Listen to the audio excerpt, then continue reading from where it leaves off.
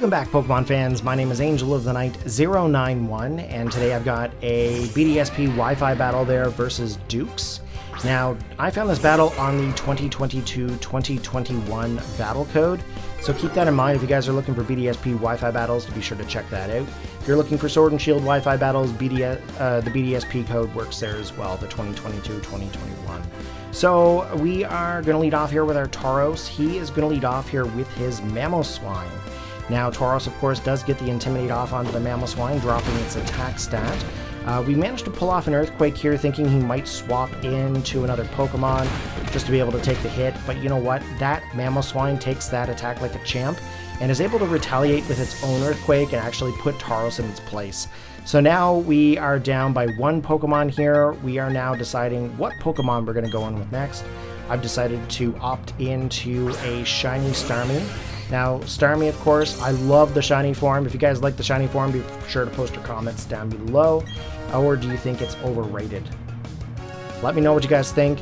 Starmie, of course, here does have a type advantage and is able to outspeed this Mamoswine, which is pretty fantastic because we're going to be able to pull off a Surf attack and just drop his Mamoswine. Basically, send that Mamoswine back to his party just like he did to poor old Tauros. We are a life-orbed Starmie, of course, so we are going to lose a little bit of our hit points, and that's okay. We are now going to wait for Duke's second Pokemon to come out onto the field. Now, he's decided to opt into a Venomoth. Just a quick thing to show you guys there. I made a mistake on my scoreboard. It's a shiny Venomoth. I'm commentating multiple battles there today, so I accidentally put the wrong tile in, so I apologize. The Starmie, of course, is going to be recalled. I'm going to go out to my Magcargo now. Now, with Magcargo, of course, I am a rock type as well as a fire type, so I'm thinking to myself, any kind of attack that's going to come from this Venomoth, I should be okay. But here is the issue. There is the Quiver Dance. Now, of course, like all Pokemon of this kind of type, if you look at Volcarona or Venomoth or Butterfree or anything like that, they all have the ability for Sleep Powder and Quiver Dance. And that is something I did not take into consideration here when I brought my Magcargo in. Magcargo is a very slow Pokemon, so it's not really going to be able to do any kind of outspeeding here. However, I decided to basically choose the Flamethrower attack here, just in case I might be able to wake up. Now, of course, I didn't wake up this turn. First turn wake was not very kind to me. So, we are going to basically see him pull off another Quiver Dance, which is going to boost his special attack, special defense, and his speed yet again. I managed to get my second turn wake, and we're able to pull off a Flamethrower here. Unfortunately for us, his special defense is a little too high for us at this time, and that Flamethrower is not really going to be able to pull off much damage. Now, the second time, he's going to put me to sleep here. Unfortunately, we don't get a wake up after that, so he basically gets another free turn here. In reality, what I probably should have done is probably swapped out at some point. But you know what? Here's the Giga Drain. He is going to regain whatever health he lost, basically back to his Venomoth, and drain it from my Magcargo. Unfortunately for him, Magcargo decides to wake up and pull off yet again another Flamethrower. Unfortunately, no critical hit is happening here, so we're not going to be able to finish off that Venomoth. We do regain a little bit of health here with our leftovers, preferably, hopefully it's the ginger beef that Amber made last night for dinner. Unfortunately, another Giga Drain coming in, which is this time a critical hit, and is actually going to faint the Magcargo. So right now we are down by two Pokemon. There is Bugzilla out onto the field here with its Quiver Dances. The only thing I can think of at this time right now is maybe Lucario might be able to come in and get an extreme speed off, being able to take down this Bugzilla. Right now, there's a couple of ways that this battle could go. I do decide to go for the extreme speed here. Now, physical attack should be able to take out this Venomoth. I can't foresee it surviving. However, here it is. It's going to live with the capability of Sleep Powdering me again. I don't know how it can live with that, mainly because, like, I mean, it's just constant sleep powder. But you know what? Can't do anything about it. He's going to be able to pull off a sleep powder, get me to sleep, get me Giga Drain, taking me down into a critical health area, which is right down to the red zone, as everybody likes to call it.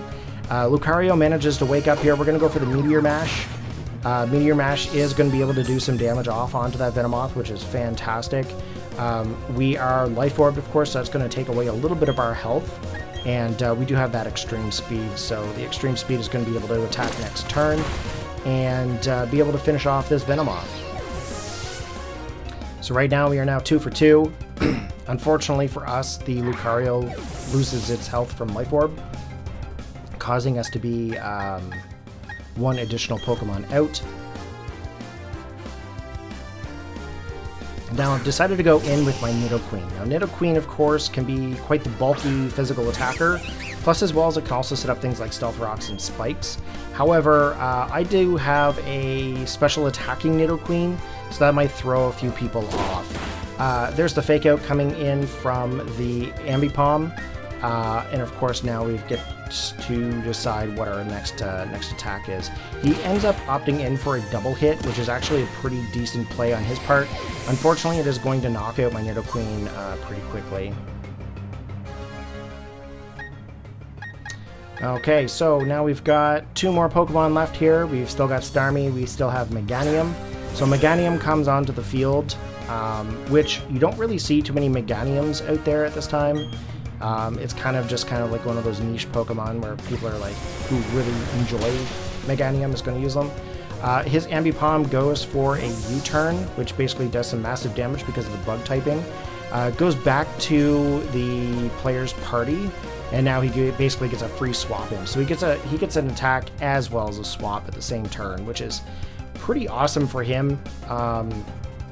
However, he's going to be in for a little bit of pain here with this Meganium, just because I've decided to opt in for having a physical attacking Meganium, which is kind of unheard of. Most people go for like a special attacking aromatherapy, which is quite common. His Breloom onto the field, of course, goes and gets the Poison Toxic Orb off, which is awesome because it's going to boost his stats up. However, he's going to go in now for the Substitute. Now, of course, Substitute is basically going to take away some health. However, it is going to save him from taking damage from my Pokemon this turn.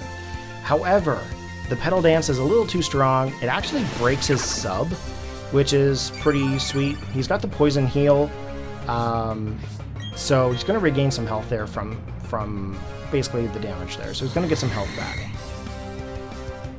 Now, he does have Focus Punch, which is kind of normal to have if you have Substitute up. I don't know why he went for the Focus Punch this turn. Maybe he didn't realize his sub broke, but he was able to take some damage this turn from the Petal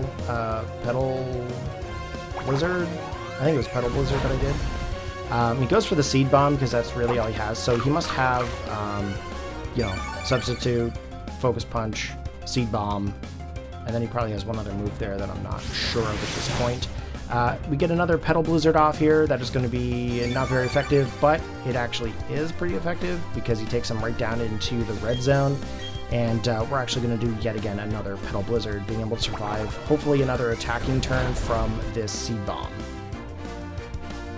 Okay, so both grass Pokemon fighting hard. Unfortunately, Breloom is not able to survive and just gets knocked out. So those Petal Blizzards definitely came in handy. This Meganium is pretty cool. I really enjoy this Meganium. It was just kind of like a random set that I threw together, but unfortunately now we are up against a Typhlosion. And of course, we do have a huge type disadvantage to this thing, basically because of fire. Like all Typhlosions, he's going to go off with an Eruption, and that is going to finish off the Meganium as it's super effective. So now we basically got one Pokemon left to go up against 3 Pokemon. So I'm going to go up with my Starmie here. Now, of course, Starmie, I don't know if it's going to be able to outspeed because most Typhlosions are usually Choice Scarfed, but we are going to go in for that Surf.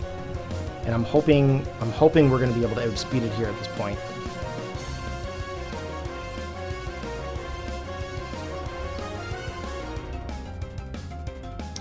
He's trying to decide what he wants to do. There's the Surf. We're going to be able to outspeed it, which is fantastic. And we're going to be able to take out that Typhlosion. So we're now down to 2 Pokemon on the opponent's side, 1 on mine. Of course, we are still getting some damage there because of the Life Orb. That's okay, it's just going to boost our special attack stat anyway. And in comes the Ambipom. So one thing we can predict from this thing is it's going to go for the Fake Out. I've decided to go for my stab move, which is Surf. There's the Fake Out, and that is going to be able to do a lot of damage to my Starmie. Of course, I get the flinch, so I can't attack this turn. I've decided I'm going to try to go for the Recover. He somehow misclicks, goes for a Fake Out there yet again, which is okay, because quite frankly, it's going to regain my health there for me. I'm thinking what's going to end up happening is that a double hit's going to come in, but we're going to go for the Surf here. Surf, of course, we don't seem to be able to outspeed that Ambipom. He gets a U-turn, and the U-turn is actually going to be able to do quite a bit of damage to that Starmie because it's a bug move, and of course on the Psychic type. He ends up going back to his party, and this time he's going to bring in his own Starmie. So right now we're up against Starmie and Ambipom, and even if he does bring in another, bring in his Ambipom yet again, it's going to just do another Fake Out anyways. The opponent's Starmie is basically going to be able to take that attack like a champ. I've decided I'm going to opt in for a Recover here, but unfortunately his Starmie decides to go for a Rapid Spin, and that's just going to be able to knock out mine and finish the game. So there we have it, Dukes. Good game, buddy. Thank you very much for the battle. It was kind of up and down there for a while, but definitely interesting nonetheless. So if you guys enjoyed the battle there today, go ahead and give it a big thumbs up. Be sure to sub, post your comments. Do you guys like Shiny Starmie? Take care, have a good one, peace out.